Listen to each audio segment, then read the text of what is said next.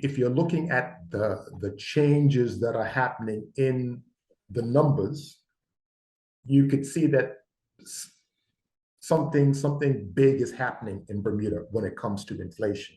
And just to be clear about what inflation is measuring the change in prices.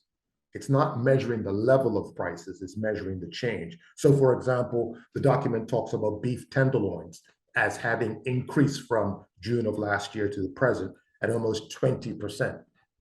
There's something really happening in Bermuda when it comes to the cost of living. And it's not just food, although the food index showing an 8% increase year on year is dramatic, especially when you consider that in the previous period, it would have been like 1 or 2%. So those changes, I think, are suggestive of major shifts in the cost of living in Bermuda, major acceleration in prices. During our last interview, you mentioned that something that really resonated with our viewers, and you said that a household income of $100,000 or below would be considered poverty line in Bermuda. And that just was, I think, a huge shock to people because that is a very substantial number. Now we've had this further, data reflecting that inflation continues to rise substantially and the cost of living continues to rise substantially.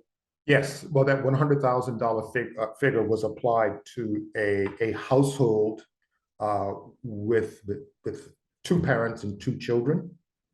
And yeah, it speaks to the high cost of living. It speaks to how difficult it is for an ordinary family to make ends meet and how that family will try its best to keep up with the cost of living. So if their perceptions, their expectations are that prices are rising by north of 15% or as much as 20%, that doesn't bode well for wage negotiations going forward.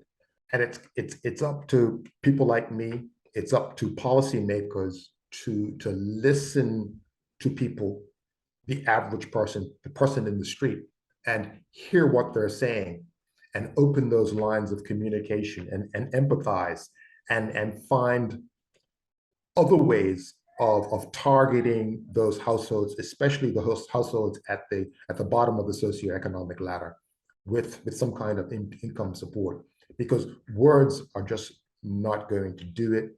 And it's highly improbable that all employees will get double-digit pay increases.